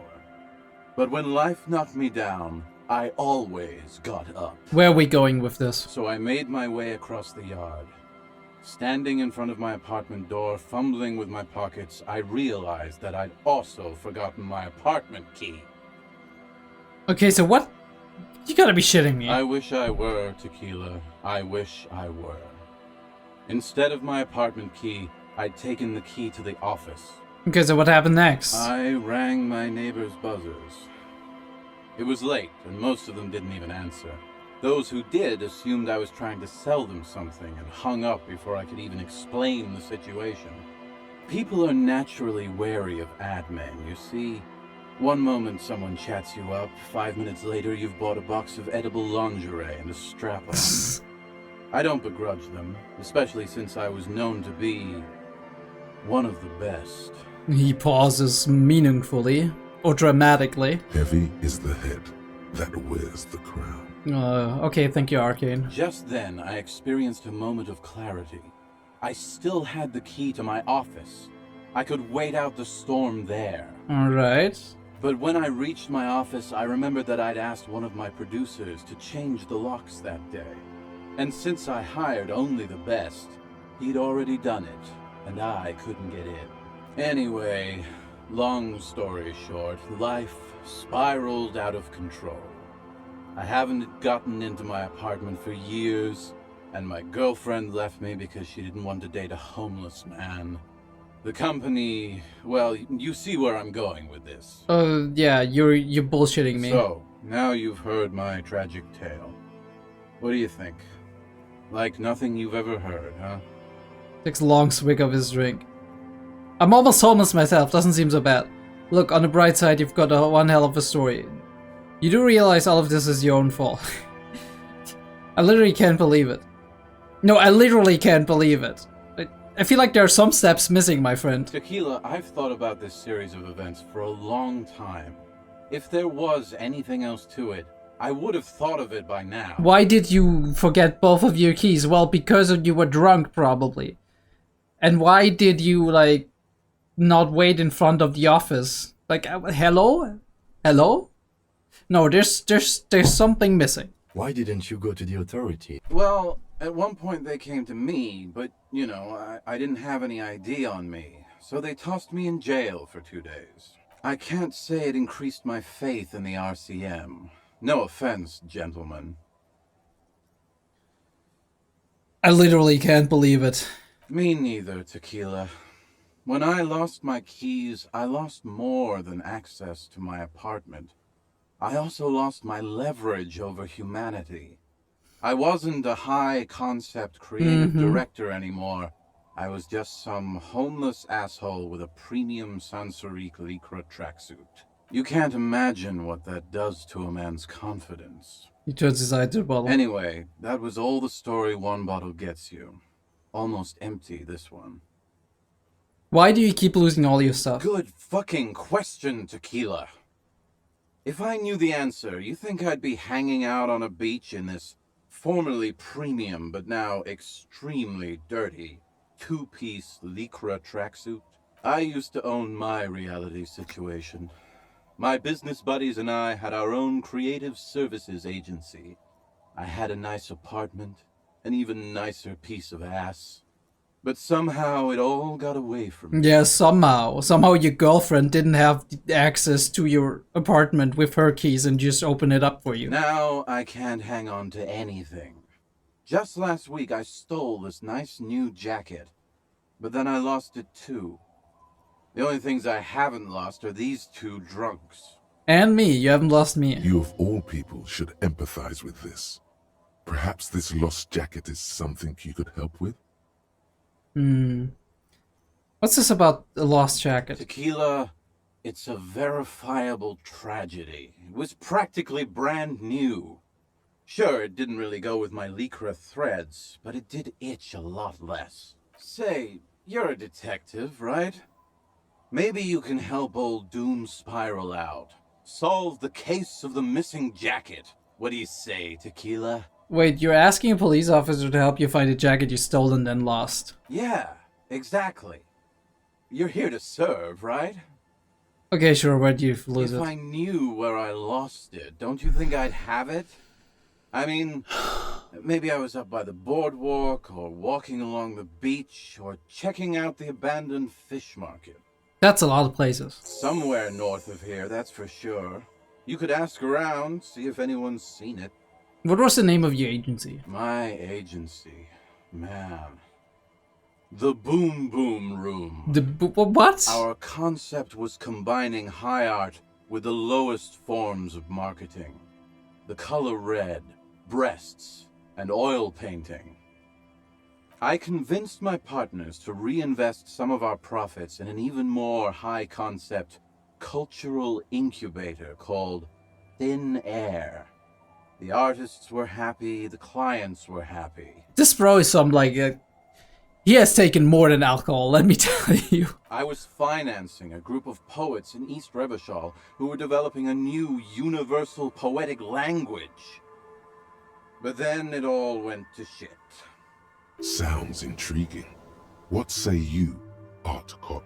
I say he's some If it psychosis. sounds like it makes no sense, that's because it doesn't. Mixing oil paintings and breasts to make ads isn't high art, it's just cynical wankery. That's so high in concept, I have no idea what it means. Man, mixing high and low commodifying culture, that is extremely my shit. Right, okay, never mind that I ask. That's so high concept, I have no idea what it means. I know. It was fucking awesome. Until I went on a jog, unleashing a cascade of doom that washed it all away. What's up with the tracksuit though? What? You've never seen 100% Lycra before? Go on, feel that primo material. The manic senses, oh, I don't want to touch it. Pretty nice, huh? This might be one of the last of its kind. Should probably be in a museum, honestly. He takes another sip. Good God. It's nearly impossible to describe how dirty this texture is. It's like rubbing two jellyfish skins together. You feel about 15% less human for having touched it. Great. Randomized trials have also found Lycra, TN, to be associated with a number of exotic, highly malignant cancers. Oh, so you also great. have that to look forward to. Great. And then there's the smell. But you don't even want to think about that. Wow, you're lucky. He never lets me feel it. That's because your paws are fucking filthy, Rosie. We're right next to the bay. You could wash them anytime. What about the other drugs? My fellow members of the Union of Moribund Alcoholics? Yes. They're exactly what they look like. Are they? Hey, tequila!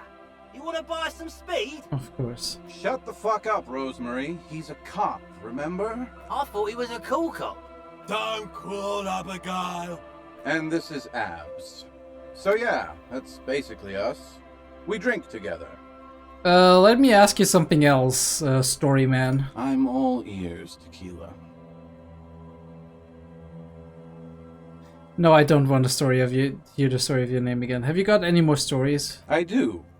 But as you can see, my fuel tank is running quite low. If you catch my drift.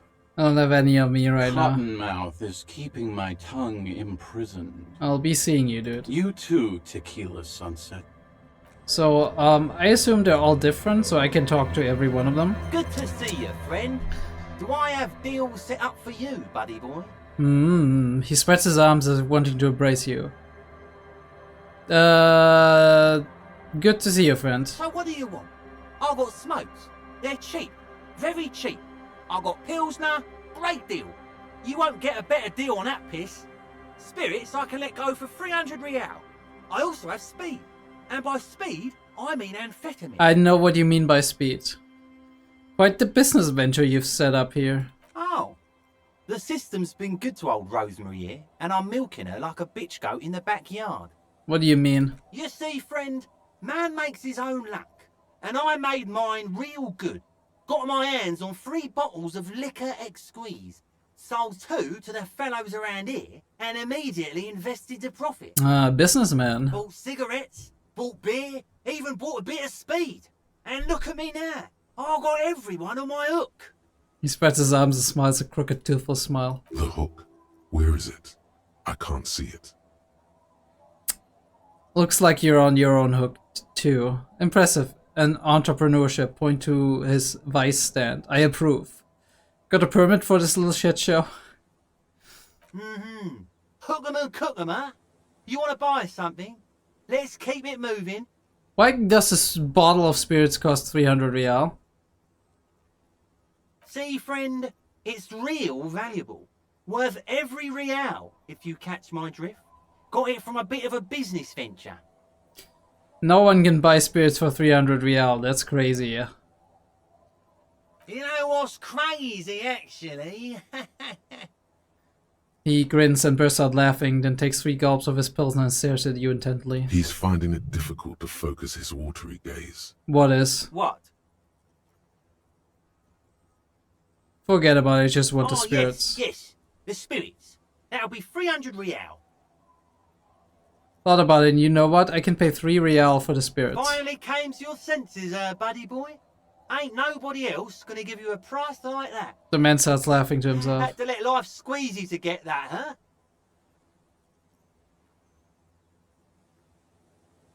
huh? Yes, life squeezing spirit. Let's just make a deal already. Sure, friend. People are just so impatient these days. So that'll be 3 real from your pocket to mine. And at this price, you're practically robbing me. I kind of am. Let's go. Just make sure to enjoy that one, friend. If you drink this, then you'll die. That's a fact. And that's why we're going to save you from yourself. And store this as a sellable item. Thank you. Go sell it at the pawn shop for a profit. Yes, I will. Okay. In the civilized world, it's a custom to tip the shopkeep, friend. But come back anyway. He waves you off. Grumbles an unshaved man with a ruddy nose. He narrows his eyes at you as if in recognition, then turns his head away. The noxious odor emanating from the drunken man is strong and familiar. Don't you call her? Yeah! Don't call Abigail!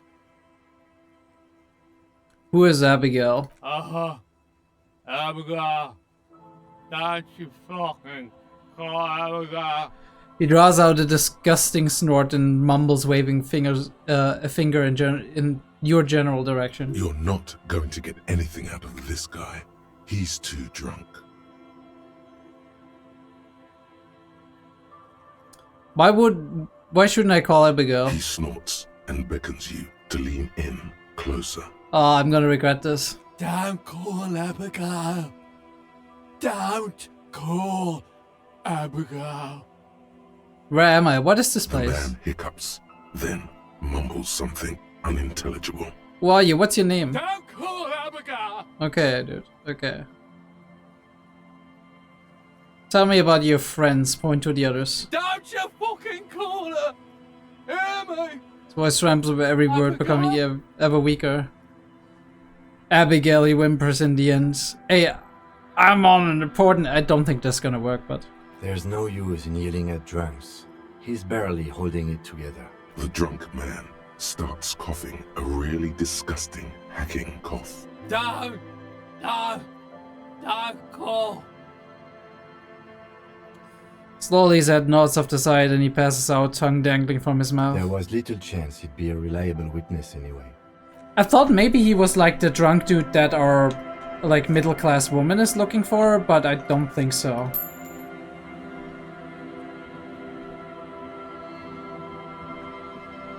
Can we like go across that? Alright, we can. But there's like a... Okay, I guess we can't go past that for now. Alright, in this, I don't know, godforsaken beach fishing village we are bringing this episode to a close. I'll see you soon. We're gonna make a quick cut, see if I want to record a little bit more. If not, I'll see you next time.